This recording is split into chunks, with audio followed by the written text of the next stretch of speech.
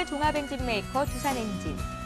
두산엔진은 20여 년간의 축적된 기술과 노하우, 그리고 최첨단 설비와 우수한 인력을 바탕으로 세계적인 엔진 메이커로서의 위치를 확고히 하고 있다.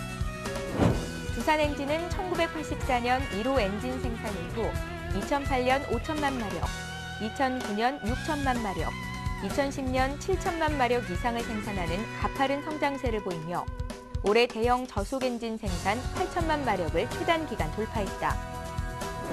또한 2010년부터 배기가스가 적고 내구성이 높은 친환경 저진동 명품 엔진을 생산하고 있다. 김동철 두산엔진 사장은 끊임없는 변화와 혁신으로 세계 최고 품질의 1등 엔진을 생산하고 기술 개발에 대한 지속적인 투자를 통해 최고의 선박 엔진 업체로 성장하기 위해 노력하고 있다. 오늘 대학생들을 위한 CEO 특강, 꿈꾸는 젊은가의 소통에서는 세계적인 엔진 메이커 두산엔진의 김동철 대표를 만나본다. 지금부터 세계적 엔진 메이커 두산엔진의 김동철 사장님을 모시고 강연을 들어보도록 하겠습니다. 큰 박수로 맞아주시기 바랍니다.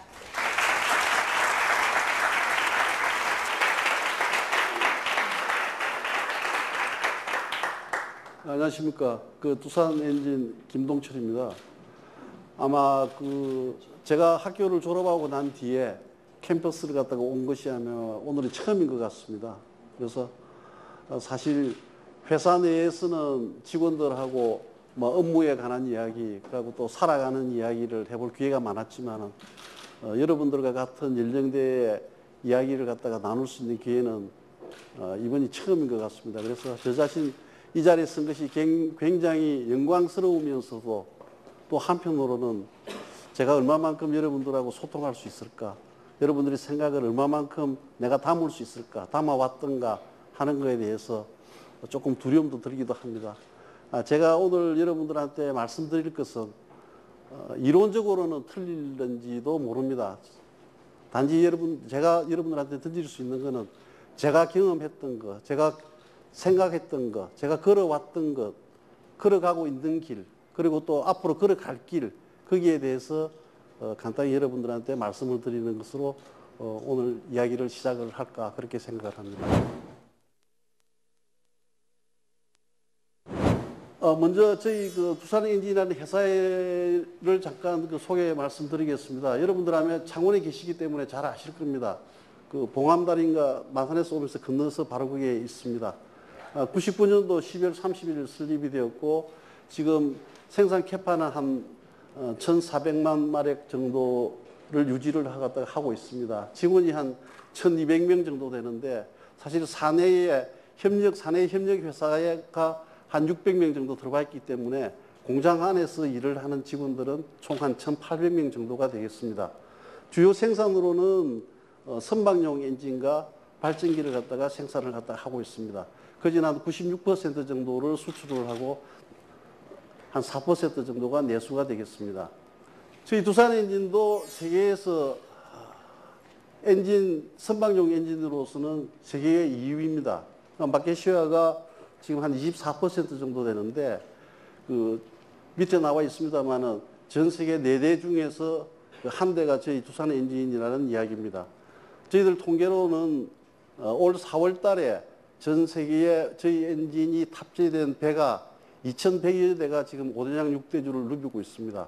그래서 저희 엔진이 탑재된 배가, 선박용 배가 지금 한 2,000대가 넘게 5대장 6대주를 누비고 있습니다. 앞에 소개해드렸습니다만은 27년 만에 생산 누계 8천만 마력을 세계에서 최초로 달성을 했다.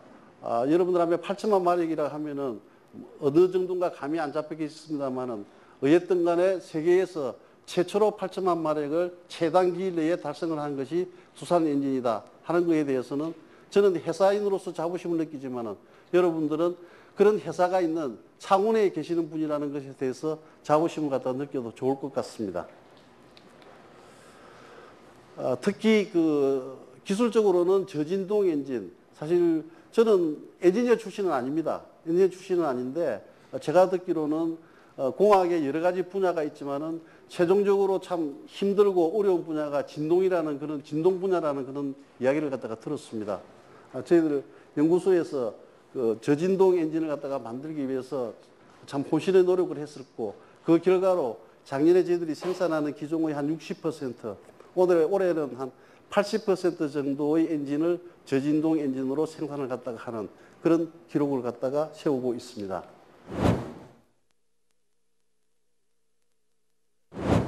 사람에 대해 진정으로 관심을 가지고 육성을 한다. 사람에 대한 문제는 그 두산에서는 그 투지 전략이라 해서 두 가지가 있습니다. 그로스 오브 피플, 그로스 오브 비즈니스. 사람의 육성을 통한 사업의 성장, 사업의 성장을 통한 인재의 육성. 이게 이제 맞물려 가서 돌아간다. 이게 저희들의 그 사람에 대한 기본적인 철학입니다. 철학인데 사실 그 어느 기업이나 사람에 대해서 특히 이제 여러분들 곧 이제 입사하시게 그렇게 될 텐데 사람에 대해서 중요하지 않다고 하는 기업이 없겠지만은 저희 두산그룹에서는 정말로 사람에 대해서는 좀 귀찮을 정도로 좀 관리를 갖다가 합니다. 그래서 제가 해야 될 큰 역할 중에 하나가 후계자를 육성하는 것이 제가 해야 될 가장 큰 업무 중에 한 가지입니다. 그래서 그 매년 제 후계자를 회사에다가 등록을 합니다. 등록을 하고 이 사람이 관찰을 해보니까 어느 분야에 장점이 있고 어느 분야에 단점이 있다. 그래서 이 사람을 어떤 식으로 교육을 시키겠다. 디벨롭먼트 플랜을 갖다가 세워서 그걸 회사에 등록을 해놓고 그 사람을 얼마만큼 정확하게 관찰을 하고 그 관찰에 의해서 그 사람을 육성하기 위해서 설립된 교육 프로그램에 대해서 얼마만큼 코칭을 하고 얼마만큼 기회를 줬었고 하는가를 1년 지나고 나면 제가 거기에 의해서 평가를 받습니다. 그래서 어떤 경우에는 참 굉장히 귀찮을 정도입니다. 따지고 또 한편 생각하면은 직장 생활을 하면서 내가 다른 데로 가면은 바로 뒤를 이을 사람이 저 사람 두 사람을 내가 육성을 하고 있다 하는 것이 든든하기도 하지만은 솔직하게 말씀드려서 직장인으로서 그럼 내가 언제든지 없어지더라도 두 사람이 채울 수가 있으니까 그럼 나는 뭐야? 이런 생각이 또 솔직하게 들기도 합니다. 그렇지만은 좀 긴 시간으로 보면은 나 개인은 언젠가는 머무르다가 갈 곳이지만은 그 회사는 영원히 남아 있어야 되기 때문에 내가 떠남으로 인해서 업무가 단절돼서는 안 되고 내가 떠남으로 인해서 회사의 정책이 단절돼서는 안 된다. 그런 의미에 있어서 후계자를 정해놓고 정해진 방향으로 정해놓고 바른 방향으로 육성해 나가는 그 일은 맞는 일인 것 같습니다.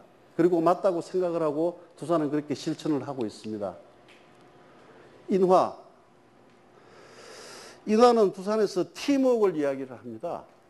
중간에 나와 있습니다만은 공정함과 따뜻함을 기반으로 하는 팀워크. 아마 여러분들도 그 학교 내에서 뭐 학술 경연대회라든지 또 공과대학 같으면은 그 하나의 주제를 놓고 여러 가지 그 팀을 짜가지고 그 경연대회를 하는 그런 기회가 많으리라고 생각을 합니다. 아마 거기에서 여러분들이 느낄 겁니다. 한 사람이 하는 것보다는 여러 사람이 하는 것이 낫다.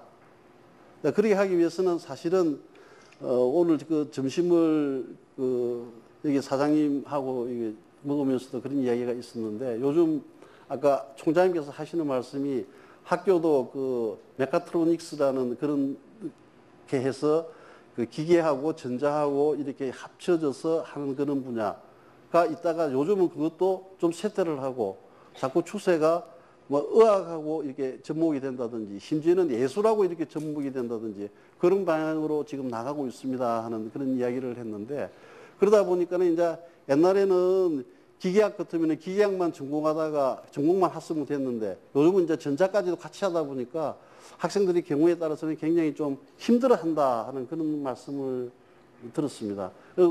듣고 난 뒤에 제가 이제 느낀 거를 말씀드리기를 사실 그렇게 육성을 할 수도 있겠지만은 그러다 보면은 조금 깊이가 좀 없어지지 않겠느냐. 그래서 기계를 전공하시는 분들은 정말 기계에 대해서 전문가가 되고 또 전자학을 전공하시는 분들은 전자학에 대해서 전문가가 되어서 그 두 사람이 팀워크를 이뤄서 협업을 할 수 있다면은 그게 오히려 또 한 가지 방법이 되지 않겠느냐. 그러다 보면은 선행되어야 될 것이 사실 팀워크를 이룰 수 있는 인성이 기반이 돼야 되는데 그 인성은 유치원부터 시작이 돼야 되는 거 아니겠느냐는 생각이 듭니다. 그래서 유치원이나 국민학교 때부터 남과 이웃과 내 옆에 사람과 더불어서 함께 살아가는 기술, 더불어서 함께 살아가는 방법을 갖다가 가르쳐주는 곳, 더불어서 함께 살아가는 것을 교육의 목표가 되는 어떤 그런 패러다임으로 좀 바뀌어야 되는 거 아닌가 하는 그런 생각을 갖다가 갖습니다. 열린 소통. 제가 회사에 와서 이제 제일 강조하고 있는 게 소통 문제인데, 특히 여기 계시는 분들 뭐 대부분 아마 고향이 경상도이실 것 같은데, 저도 그 고향이 경남 진주입니다. 진주인데, 우스갯소리로 그런 이야기 있잖아요. 특히 그 경상도 남자들 퇴근해가지고 와가지고, 애 잘 들어왔느냐고, 아는 밥 주라, 자자, 딱 세 마디 하면 끝난다 그러잖아요. 그러다 보니까 사실 이제 소통이라는 게 사실은 서로 얼굴을 마주보고 이야기를 해야 그게 이야기가 시작이 되는 건데, 그냥 뭐 세 마디만 하고 끝나니까 그런 환경에서 쭉 자라다 보니까 사실 저희들이 그게 익숙하지는 않는 것 같습니다. 그런데 사실은 그 소통이라는 거는 관심에서부터 이제 출발을 하는 건데, 여러 가지 소통을 하기 위해서도 그러니까 부모님들도 노력을 해야 되겠지만은 자식들도 같이 노력을 갖다가 해야 이게 소통이 되는 거 아닌가. 어느 한쪽에서만 일방적으로 해서만 되는 건 아닌 것 같다 하는 그런 생각을 갖다가 많이 가집니다. 상대방은 사실 그 취업에 대해서 굉장히 이렇게 관심이 많은데, 뭐 공자활 명자활 한다든지, 또 애는 참 어떻게 하든지 간에 용돈 인상에 대해서 굉장히 관심이 많은데 학교 성적을 가지고 소통을 하자고 그런다든지, 그럼 그것도 이제 안 맞는 것 같습니다. 그래서 그 소통을 하더라도 상대방에 대해서 관심을 갖다가 가져야 원활한 소통이 되지 않을까, 그렇게 생각을 합니다. 그 노래 제목에도 있지 않습니까? 그 사실 문 밖에 있는 여자보다는 관심 밖에 있는 여자가 더 불쌍한 여자인 것 같습니다. 남자도 하면 마찬가지인 것 같습니다. 흔히 소통하면서 요즘 사회에서도 문제가 이제 많은 것 같습니다. 뭐 트위터에 글을 갖다가 올렸는데 문제가 된다든지, 또는 뭐 말을 갖다가 한마디 잘못해가지고 그게 문제가 된다든지. 그런데 정말로 맞으면 맞고 안 맞으면 그만이라는 식으로 막 그런 분위기 때문에 문제가 많은데, 저희 회장님께서 언젠가 한번 이런 말씀을 하시더라고요. 소통이 참 안 된다 그러는데 요즘 소통이 안 된다는 게 좀 이상하다. 소통을 할 수 있는 수단이 얼마나 많으냐 그거죠. 전에는 집에 두고 다니던 전화기도 요즘은 다 가지고 다니고, 메일도 있고, 트위터도 있고, 뭐 카카오톡도 있고, 뭐 얼마든지 많잖아요. 단지 뭐냐면은 소통을 하는 데는 비용이 필요하다, 비용이. 그거를 회장님께서는 소통의 비용이라고 표현을 하시던데, 소통의 비용을 감당할 수 있을 자신이 있으면은 얼마든지 소통할 수 있는 길은 열려가지고 있다. 이제 소통의 비용이라는 게 아마 그런 것 같습니다. 예를 들어서 어떤 직원이 나한테 소통을 하고 싶은데, 뭐를 갖다 이렇게 보내고 싶은데, 거기에 야, 혹시 이거 보냈다가 이거 뭐 찍히는 거 아니야? 찍히면 이거 완전히 가는 거 아니야? 그게 이제 소통의 비용인 거죠. 그러니까 이제 제가 직원들하고 원활하게 소통을 하려면은 그 소통의 비용을 갖다가 제로로 만들어주는 그런 조치를 취하지 않으면은 결국 소통이 안 되는 거죠. 아마 여러분들도 마찬가지일 겁니다. 그래서 사회에서 어느 정도 위치에 있으신 분, 흔히들 우리가 이야기하는 공인이라는 하시는 분들, 그런 분들은 반드시 소통의 비용에 대해서 책임을 지겠다는 생각을 했을 적에 자기의 의사를 충분히 표현할 수 있는 거 아닌가 하는 그런 생각이 듭니다. 그래서 저 역시 그 말씀을 듣고 혹시 소통을 하자고 내가 이야기하면서 내가 소통을 막고 있지는 않은가 하는 그런 점에 대해서 깊이 생각하게 됩니다. 끊임없이 올라가는 눈높이. 참 힘든 이야기입니다. 끊임없이 얼마나 저게 피곤한 삶입니까? 끊임없이 눈높이 올라가니까. 근데 아마 저는 이렇게 해석을 합니다. 이 사람마다 여러분들도 다 자존심이 있을 거예요. 그 멸치하고 그런 이야기 있지 않습니까? 멸치하고 오징어하고 싸우다가 마지막에 멸치가 뿔 따고 나니까 멸치가 하는 이야기가, 야, 나는 그래도 뼈대 있는 집안에서 나왔어. 뼈가 있다는 이야기거든요. 그러니까 여러분들도 아마 자존심이 있을 거예요. 그 자존심이 아마 끊임없이 올라가는 눈높이를 갖다가 가능하게 하는 거 아닌가 하는 그런 생각이 듭니다. 두산인답게 창원대학에 다니는 여러분들은 창원대학생답게 를 한 번만 생각한다면은 어떤 행동을 할래 할 적에 야, 적어도 내가 창원대학교에 다니는 대학생인데 창원대학교의 대학생으로서 걸맞는 이야기 말인가? 걸맞는 행동인가? 이런 거를 한 번쯤 생각하면서 자기 자신이 어떤 경우에는 조정이 되는, 통제가 되는 그런 삶이 눈높이를 끊임없이 높여갈 수 있는 어떤 자극제가 아닌가 그렇게 생각을 합니다. 아마 여기에는 부모님이나 친척이나 부모 형제에 아마 기대감도 있을 겁니다. 사실 한 2년 전에 아버지께서 돌아가셨는데 제가 학교 다닐 적에 아버지께서 저한테 끌었던 꿈은 판검사였던 것 같습니다. 그래서 수시로 그런 말씀을 하셨는데 그게 굉장히 저한테는 사실 좀 고통스러웠어요, 그게. 그래서 학교 2학년, 저는 이제 1학년 1학기만 마치고 군대를 갔는데 복학하고 나서 2학년 됐을 적에 그 아버지한테 말씀을 드렸어요. 사실 나는 아버지 그 기대를 갖다가 만족시켜 줄 수 없을 것 같다. 너무 힘들다. 너무 고통스러우니까 아버지 이제 그 좀 말씀 안 하셨으면 좋겠다.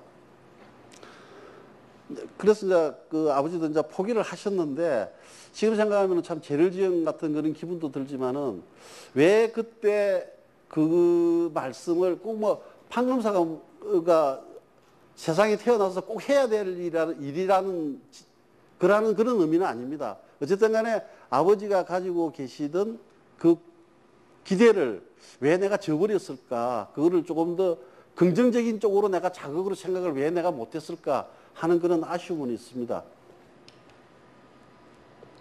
현명한 근성. 근성은 근성인데 앞에 현명한이 붙었습니다. 현명한이라는 이야기는 정당하게 동원 가능한 수단을 전부 다 동원을 해서 한다는 이야기입니다. 근성은 우리가 보통 근성이라는 말 많이 쓰지 않습니까? 한 번 물면은 놓지 않는다. 해결될 때까지. 그런 근성이 있어야 되지만은 해결하기 위해서 부당한 수단을 동원해서는 안 된다. 정당한 내 주변에 있는 모든 수단과 방법을 동원해서 해결을 한다 하는 것이 현명한 근성을 가지고 무엇이든 해낸다는 의미가 되겠습니다. 중요한 것은 해결에 집중한다. 살면서 매번 살아가는 것이 선택인 것 같습니다. 여러분들도 매 순간 선택을 하고 저도 매 순간 선택을 합니다. 그리고 일에는 우선순위가 있습니다. 저는 감히 여러분들한테 이런 말씀을 드리고 싶습니다. 특히 대학생 시절에 학창 시절에 하고 싶은 게 많죠. 뭐 남학생 같으면은 연애도 하고 싶고 술도 먹고 싶고 담배도 피우고 싶고 뭐 요즘 모르겠습니다만은 뭐 있는 건 저도 잘 모르겠습니다만은 고고장도 가고 싶고 여름 되면은 캠핑도 가고 싶고 뭐 하고 싶은 게 되게 많잖아요. 그런데 학생이라는 신분이었을 적에 저는 그렇게 생각합니다. 학생의 신분이었을 적에 제일 우선순위는 뭐냐? 역시 공부입니다. 제가 이렇게 말씀드리는 거는 여러분들을 공부에 매달아가지고 다른 거를 아무것도 못하게끔 만들겠다는 그런 생각이 아니고 자기가 어떤 처해져 가지고 있는 상황에서 지금 내가 제일 먼저 해야 될 게 뭐다. 두 번째로 해야 될 게 뭐다라는 것을 갖다가 정할 줄을 알아야 됩니다. 하고 안 하고는 그 다음 문제고. 그것도 못 정하고 지금 내가 학생의 신분으로서 내가 뭐가 제일 우선순위다. 제일 첫 번째 해야 될 것이 뭐라는 것조차도 모른다면은 그건 사실 문제가 있는 거죠. 공부를 하고 안 하고는 둘째 문제고 학생 시절에는 공부를 하는 것이 제일 우선이다. 제가 한 가지 조금 물론 이제 중국에 한 18년이 있으면서 이렇게 쭉 그래도 참 여러분들처럼 학교 졸업할 때쯤 돼서 그 당시 저도 영어를 꽤 했던 것 같은데 한 18년 동안 안 쓰는 분야에 있다 보니까 뭐 지금 와서도 이제 헤매고 있는데 제가 이제 우리 그 아들한테 하는 이야기가 경상도 말로 그런 이야기 있잖아요. 디비 쪼지 말라고. 디비 쪼지 말.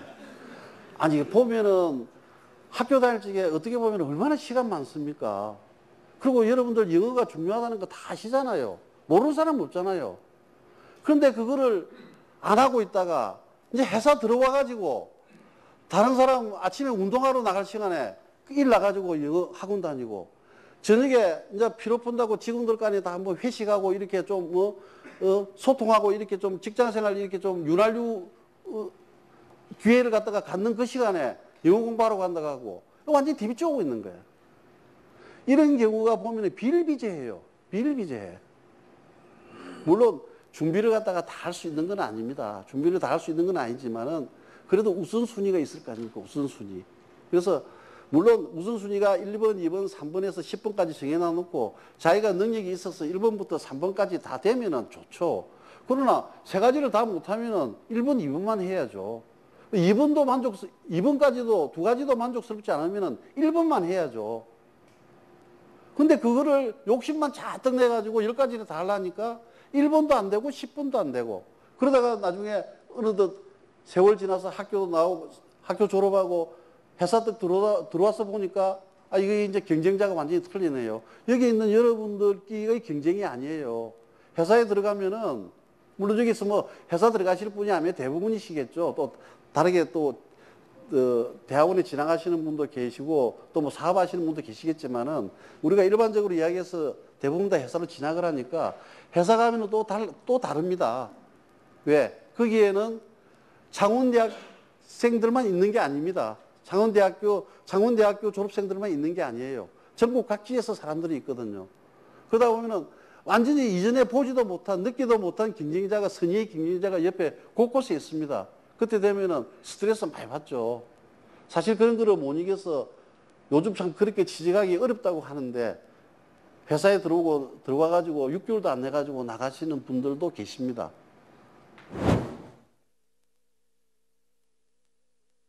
여러분들한테 하고 싶은 이야기를 이렇게 요약을 해봤습니다. 긍정적이고 건강한 청년이더라.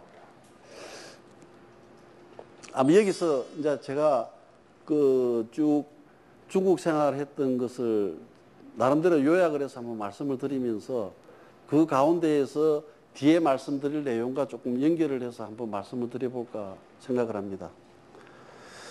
한중 수교가 1992년 8월 24일 날 됐습니다. 이게 92년도에 한중 수교가 됐습니다. 근데 제가 행인지 불행인지는 모르겠지만은 93년 1월 달에 그 당시에 그룹에서 각 회사에서 대표들이 실무자 대표들이 중국 산업을 갖다가 시찰할 수 있는 그런 기회를 갖다가 잡았습니다. 그래서 그 당시에 갔던 데가 지금 그 섬서성 서한입니다. 중국말로는 시안이라 그러는데 시안에 한 일주일 정도 출장을 갔다 올 기회가 있었습니다. 그때 가서 제가 느낀 게 뭔가 여기서 내가 좀 해볼 만한 일이 있는 것 같다. 뭔가 좀 매력이 있다. 내가 해야 될 일이 있는 것 같다. 그렇게 느끼고 출장해서 돌아왔습니다. 이제 그러다 보니까 93년도 1월 달에 그런 기회가 있었고 갔다 돌아오다 보니까 그해 9월 달에 93년 9월 달에 이제 앞으로 중국하고 한국하고 이렇게 이제 관계가 깊어지기 때문에 회사에서도 중국에 대해서 진출을 해야 되겠다. 그래서 중국에 일단 의학 공부라도 직원들을 시켜야 되겠다 하는 프로그램이 만들어졌습니다. 그래서 사내에서 이제 시험을 쳤어요. 사내에서 시험을 쳤는데 그동안에 관심을 가진 사람하고 안 가진 사람하고 차이는 물론 나죠. 그때가 제가 42살 때였습니다. 42살 때 차장 때였는데 시험을 쳐가지고 사내에서 1등을 했어요. 1등을 했는데 이제 회사에서는 지금은 그렇지 않습니다만 그 당시로서는 보통 이제 해외에 이렇게 주재원으로 내보낸다든지 그랬을 적에는 보통 대리 과장들, 이제 좀 오래 가서 근무할 사람들, 젊은 사람들을 했는데 저는 사실 차장 중반이었고 나이도 40살이 넘었기 때문에 반신반의했었습니다. 반신반의했었는데 그 당시에 또 사장님께서 어떻게 생각하셨는지 그래 경험이 있고 그런 사람이 가서 해야지 하면서 어떻게 가게 됐어요. 그래서 거기에서 이제 하면서 그 당시에 참 열심히 했던 것 같아요. 우리 5명이. 제가 이제 팀장으로 그렇게 갔었는데 저희들이 한 4기 정도, 4기인가 5기인가 해가지고 18명인가 22명인가를 그걸 어학연수를 회사에서 갔는데 두 사람인가 빼고 20명이 하면 다 우등상 받고 졸업했을 거예요, 그 학교에서. 그래서 학교에 굉장히 그 경제무역대학에도 굉장히 그 전통을 갖다가 남기고 저희들이 졸업을 했는데, 이제 그러고 난 뒤에 그게 이제 94년도죠. 94년도 이제 7월 달에 졸업을 하고 회사에 들어와 가지고 잠깐 뭐 좀 준비해서 12월 달에 나가서 이제 회사를 설립을 하러 갔습니다. 그게 여러분들이 요즘 이야기 많이 듣는 산동성 연대입니다. 보통 이제 중국말로는 연타이라 그러고 어떤 사람은 연태라 그러고 이제 그러는데 이제 한국하고 제일 가깝다고들 그렇게 이야기를 하죠. 사실 굉장히 그 처음에는 가서는 좀 회의적이었습니다. 지금부터 몇 년, 그지 한 20년 전이잖아요. 그 예를 들면은 좀 굉장히 안 맞는 게 그 좀 생각들이 우리하고 틀리는 게, 예를 들면은 이제 꽃나무가 이렇게 두 개가 있으면은 내가 이 화분을 쳐다보면서 저 꽃나무에 물 좀 주지 이렇게 이야기하면은 여기밖에 물을 안 줘요. 요 옆에 거는 주지를 않고. 예를 들면 이제 그런 식이에요. 근데 실제로 그런 일이 있었고, 그래가지고 내 방에 있던 화분을 몇 개 말라 죽이고 그랬으니까. 과연 이 사람들을 데리고 어떻게 일을 해야 되나. 이게 사실 처음에는 가가지고 짜증도 많이 냈어요. 근데 짜증을 내다가 지쳐서 이게 짜증으로 해결되는 문제가 아니다. 이게 근본적으로 좀 어떻게 좀 해야 되겠다. 그런 생각을 가지고 이제 지나면서 막 가까워지려고 노력도 했었고 했지만은 결정적으로 제가 먼저 마음을 풀고 그 사람들하고 같이 일을 할 만하다고 느낀 게 뭐냐면은 준공식을 3개월 앞두고 공장에 불이 났습니다. 공장에 불이 났는데 이제 저녁에 퇴근하고 나서 그 당시에는 이제 공식적인 회사가 회사 건물이 없으니까 아파트를 빌려가지고 아파트에서 식사를 하고 있었는데, 이 공장에서 불 났다는 이야기를 듣고 이제 쭉 나가니까 우리 직원들이 그 공장 안에 들어가가지고 감에 합선이 됐던 모양이에요. 막 전기줄에 이게 불이 타가지고 들어가는데 그걸 급하니까 애들이 손 가지고 끌끌하고 막 손을 가지고 이렇게 쳐가지고 막 그랬던 모양이에요. 그래서 막 손에 막 화상을 입고 막 그래서 난리법석이더라고. 그래서 저도 이제 급한 김에 이렇게 들어갔더만은 연기가 자욱한 게, 다행히 이제 그 기름 유류가 있던 쪽으로는 불이 안 가서 큰 사고는 없었는데, 이러다가 이게 사람이 연기가 질식해서 죽는구나 하는 그런 생각이 들더라고요. 그래서 이제 나와가지고 그 직원들을 병원에다가 이제 입원을 시키고 나을 때까지 이제 간호를 하고 그러면서 그때 제가 느낀 게, 그래도 이런 사람들이라면 같이 일해 볼 만하다. 같이 일을 해야 되겠다. 그때 사실 이제 좀 제가 지금 생각하니까 제가 마음을 열었던 것 같아요. 그래서 이게 마음을 갖다가 그 사람 혹시나 지금 생각하면은 내가 마음을 열지 않고 그 사람들이 먼저 마음을 열기를 내가 기다리지는 않았었던가. 그래서 내가 마음을 열고 주요원들이 마음을 갖다가 여는 상태에서 시작을 갖다가 했습니다. 그러다 보니까 지난 한 7년 정도 중국에서 마케시아 1위를 하면서 한 7년 정도 마케시아 1위를 갖다가 하는 그런 기록을 갖다가 세웠습니다. 그래서 이게 지금 얼마 전에 제가 그 텔레비를 보면서 참 좋은 말씀 하시는 교수님 말씀을 들었습니다. 제가 이름을 기억을 못 하겠는데, 여러분들은 지금 100세까지 사신다면서요. 그러면은 지금 25이라 하면은 하루가 24시간이라면은 지금 아침 6시 아닙니까? 맞죠? 그럼 아침 6시 같으면은 좀 부전하시는 분들은 일어나가지고 운동 나갔고, 아직까지 주무시는 분도 있고, 이제 세수하시는 분도 계시고 그렇잖아요. 너무 단정 짓기에는 너무 실망하기에는 너무 빠른 시간이다. 이제 여러분들은 아침 6시예요. 아침 6시. 어떤 사람은 아직 자고 일하지도 않았어요. 얼마나 무한한 가능성이 있습니까? 이제 아침 6시인데. 많은 점을 갖다가 하면 시사를 갖다가 할 겁니다. 스스로 할 수 있는 것부터 하라. 요즘 사실 좀 조선 경기가 많이 어렵습니다. 여러분들 신문에 보셨어도 알겠지만은. 그런데 이제 그 경기라는 게 좋을 때도 있고 나쁠 때도 있지 않습니까? 근데 사람도 마찬가지인 것 같아요. 좋을 적에는 한정없이 좋은 것 같고, 좋을 것 같고, 안 좋을 적에는 한정없이 안 좋을 것 같고 하는 것이 아마 우리 마음들인 것 같습니다. 이제 그러다 보니까 주변 환경이 이렇게 좋지 않다 보니까 물론 사람이 환경의 지배를 갖다가 받기 때문에 막 그럴 수 있는 것이 사람이겠지만은 이제 예를 들면 이제 이런 심정이죠. 집에 이제 애가 고등학교 3학년에서 학교 시험을 치어야 되는데 막 이제 IMF가 와가지고 사회 분위기가 막 이상하고 뭐 실직자들이 생긴다는 막 기사들이 나고 막 그래서 하니까 애가 공부를 안 하는 거예요. 그래서 아니 네 공부하는 거하고 지금 IMF 당한 거하고 무슨 관계가 있냐? 니는 생활이 변한 게 하나도 없는데. 회사도 마찬가지인 것 같아요. 아니 저희들이 나서가지고 조선 경기를 갖다가 바꿀 수는 없는 거 아니에요. 그렇지만 할 수는 있는 게 우리 힘으로서 할 수 있는 거는 있다 그거지. 뭐 언젠가는 좋아질 텐데 언젠가 좋아졌을 적에 좋아진 사항을 충분히 받아 먹으려면은 충분히 내 것으로 만들려면은 그런 힘이 있어야 되는데 그런 힘을 축적하는 거는 그런 실력을 쌓는 거는 그런 시스템을 정비하는 거는 우리가 얼마든지 우리 힘으로 할 수가 있는 거거든. 근데 그거를 지금 경기가 별로 안 좋으니까 뭐 나도 처지고 뭐 별로 외부의 탓을 할 필요가 없다 그거예요. 그거 전혀 관계없는 이야기예요, 그건.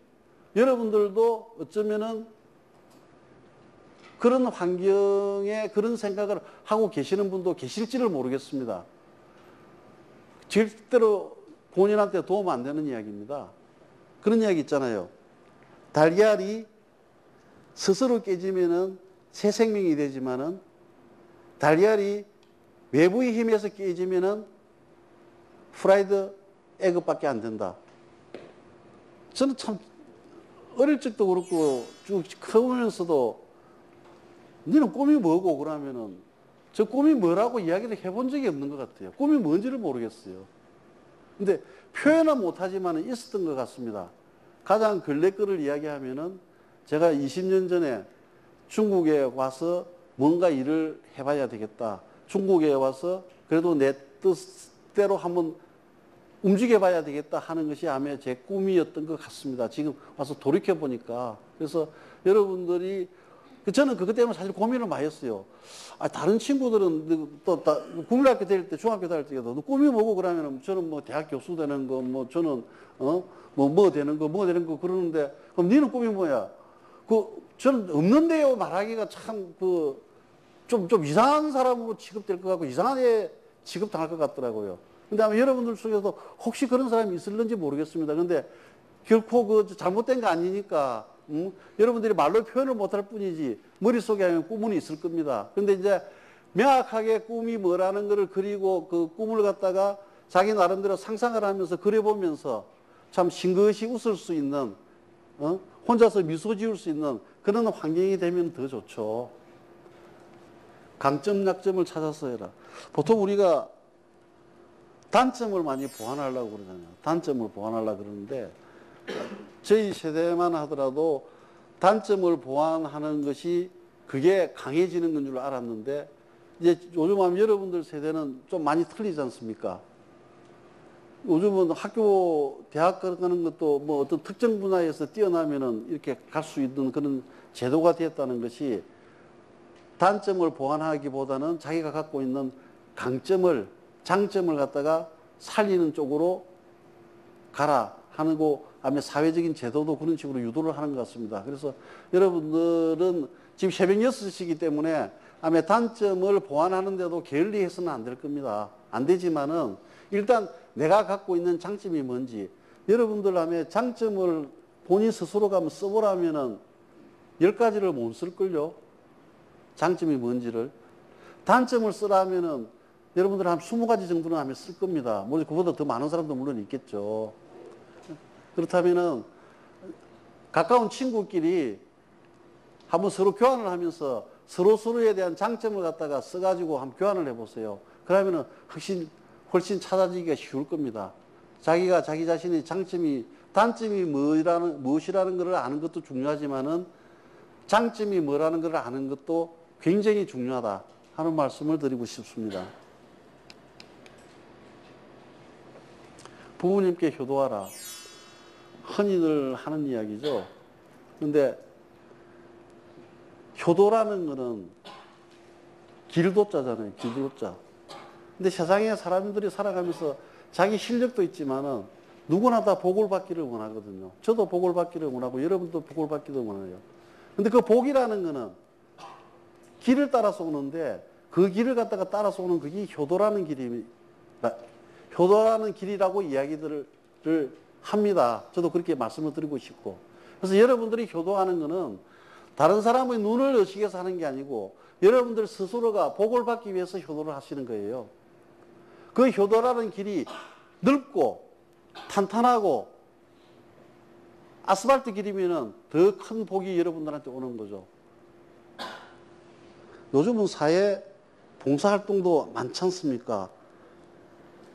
혹시 봉사활동은 물론 해야죠. 물론 해야 되는데 혹시나 봉사활동을 하시는 분이든지 안 하시는 분이든지 또는 하려고 하시는 분이더라도 혹시 부모님께 대해서 효도라는 것보다는 바깥에 나가서 더 신경 쓰는 거 아닌가.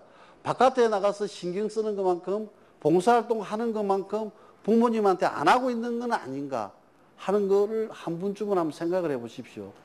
너무나 가까이 있기 때문에 모르고 지나갈 수 있습니다.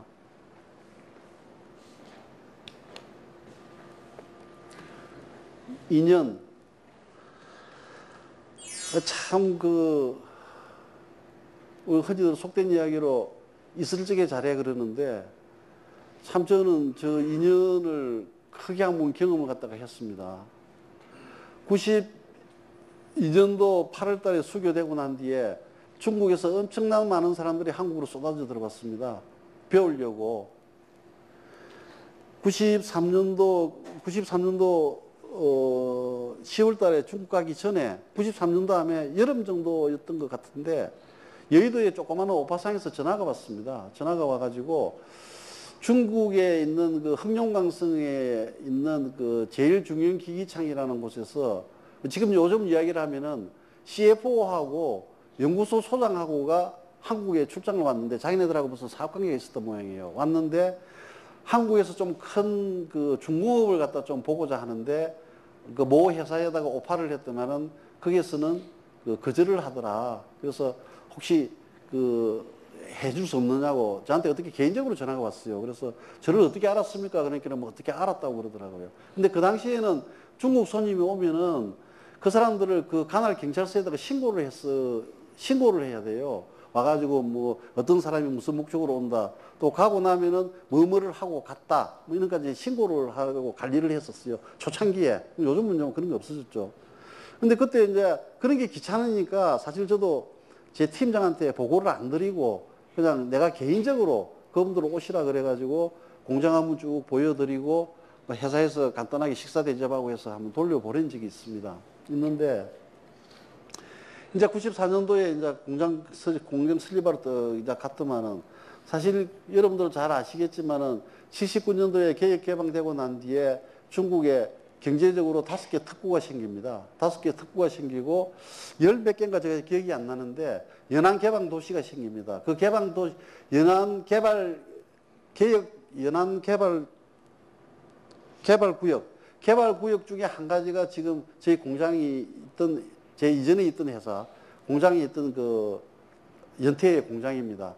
근데 그게 연태라는 곳이 조그마한 어촌이었습니다. 조그마한 어촌이었는데 그 해변에 있다는 그 어떤 장점을 가지고 그 경제 개발 구역에 들어갔습니다. 그래서 그 이제 개발이 되기 이제 시작을 했는데 가서 이제 저희들은 이제 용접공이 굉장히 중요한데 어촌이 주변 환경이 어촌이다 보니까 용접공 구하기가 그렇게 어려웠어요. 그래서 이제 개발구 정부에다가 내가 용접공을 구해야 되겠으니까 어디를 좀 소개를 시켜달라. 근데 대부분 중공업 기지가 동북 삼성에 있기 때문에 그 흑룡강성에 그 후랄지라는 데를 가면은 거기에 무슨 회사가 하나 있는데 거기에 가면 구할 수 있을 거다. 그래서 이제 94년도 겨울에 이제 올라갔죠. 올라가서 그 회사를 찾아갔더만은 그 회사가 그 월남 전쟁 때 그 포탄을 만드는 회사였어요. 근데 이제 월남 전쟁 다 끝나고 나니까 포탄 만들 일이 없으니까 회사의 문을 갖다가 닫았더라고요. 문 닫았는데 가서 이제 뭐 호텔도 없고 뭐 그래가지고 이제 회사에 그 초대소라 그래가지고 자는데 영하 한 20도가 넘는데 뭐 스팀도 없고 뭐 옷 있는 거 다 입고 그래서 들들 떨다가 이제 아침에 이제 일어나서 결국 거기서는 사람을 갖다가 구하지를 못하고 아무도 그 외지로 나가려고 그러질 않는데요, 직원들이. 그럼 이제 나오는데 퍼뜩 풀알지 그러니까 내가 2년 반 전에 내가 맞은 손님이 요대 회사에 있다고 그러던데 하는 게 불현듯이 생각이 나더라고. 그래서 그걸 이제 본사에 그 직원한테 연락을 해서 내가 언제쯤 쓴 그 보고서에 보면은 그 사람들 명함까지도 다 카피가 돼가지고 있을 거다. 그걸 좀 팩스로 보내달라. 그래서 그걸 받아가지고 그 회사를 찾아갔어요. 찾아가니까 그게 동사장, 우리 그쯤 회장이라는 분이 지금도 제가 이름을 안 잊어버리는데 그 홍성부라는 분인데 조선족이에요. 조선족인데 한국말을 할 줄은 모르더라고. 그분이 회장이었었는데 이제 쭉 가서 연락을 했더만은 사람들이 저녁에 이제 다 모였더라고. 그때 굉장히 그 대접을 갖다가 잘 받았다면서. 사실은 뭐 그 안에서도 뭐 이야기가 많습니다만은 뭐 시간이 없어서 간단하게 말씀드리면은 그래서 거기에서 그 제일 중요한 기기창이라는 데가 그 당시에 캐나다의 그 원자로 공급하는 그 부품을 갖다가 그 제작을 하고 있었습니다. 그래서 상당히 용접 분야에 대해서는 제가 탐을 낼 만한 그런 숙련공들이 많았어요. 근데 거기에서 제가 사람을 갖다가 6사람인가를 구했습니다. 그분들이 연대공장에 와가지고 6명 중에서 지금 하면 2명이 남아있고 2명이 아직도 현장에서 그 관리자로 남아있고 4사람이 아마 그 한국 기업에 우리하고 같이 그 동반 진출하는 기업들이 있거든요. 그 기업에 아마 공장장으로 가가지고 있을 겁니다. 그래서 그걸 내가 생각했을 적에 야, 참 이게 인연이라는 게 이런 거구나. 정말로 한 사람 한 사람 정말 중요한 사람들이구나. 그러면서 그 미국의 자동차 세일 저방이 뭐 그런 이야기를 했다고 그러대요. 한 사람이 그 관계를 맺을 수 있는 사람이 한 250명 정도 된답니다. 한 사람이. 그래서 보통 보면은 결혼식장에 하객이 한 250명 정도 되는 게 평균이랍니다. 장례식장도 한 250명 정도 되는 게 평균이고. 그러니까 한 분이 관계를 갖고 있는 게 250명인 거예요. 그러니까 그 사람은 세일즈방이라는 그 사람은 내가 당신은 한 사람이지만은 이 한 사람한테 차를 한 대 팔면서 250명한테 차를 파는 거와 똑같다는 생각으로 이 사람 세일을 했다는 거예요. 그래서 자동차 왕이 됐다는 건데 그렇게 치면은 여러분들이 지금 옆에 앉아 계시는 친구분들, 동료들 한 사람 한 사람들이 굉장히 중요하죠. 이 한 사람한테 나쁜 인상을 심으면은 동시에 250명이 당신한테 대해서 나쁜 인상을 갖게 되는 거예요. 그 한 사람한테 대해서 인간다움을 갖다가 인정을 받으면은 그 사람이 맺고 있는 250명으로부터 인정을 받는 겁니다. 그렇게 생각하면은 정말로 옆에 계시는 분들을 소중히 안 할 수가 없죠.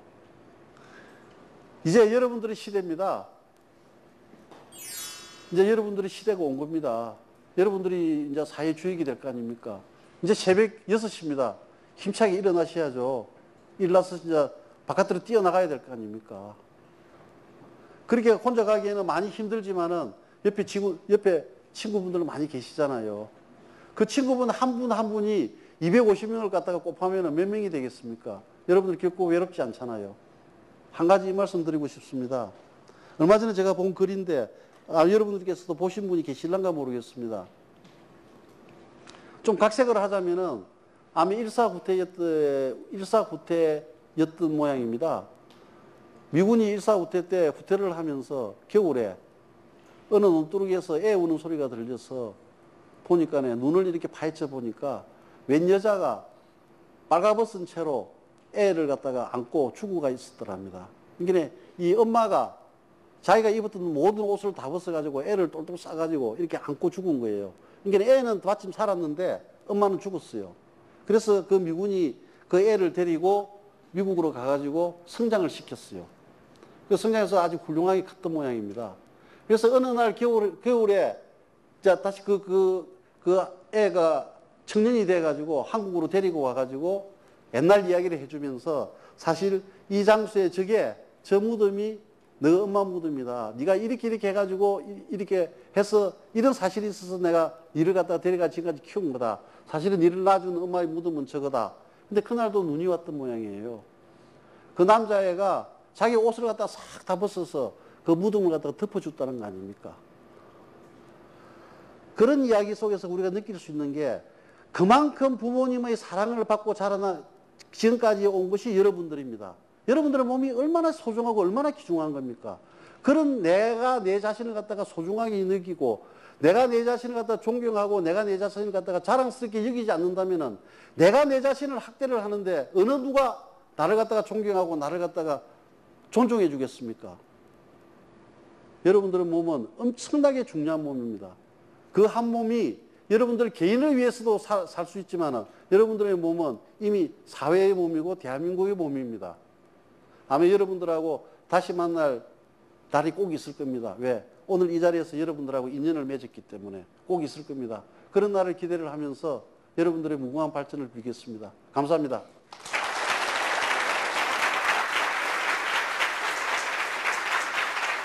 네, 오늘 김동철 사장님과 함께한 대학생을 위한 CEO 특강 꿈꾸는 젊은가의 소통, 오늘은 여기까지입니다. 다음 시간에도 대한민국 최고의 CEO와 함께 다시 찾아오도록 하겠습니다. 감사합니다. 이렇게 대학생들과 이게 의사소통을 할 수 있던 장을 마련해준 거에 대해서 감사하게 생각했습니다.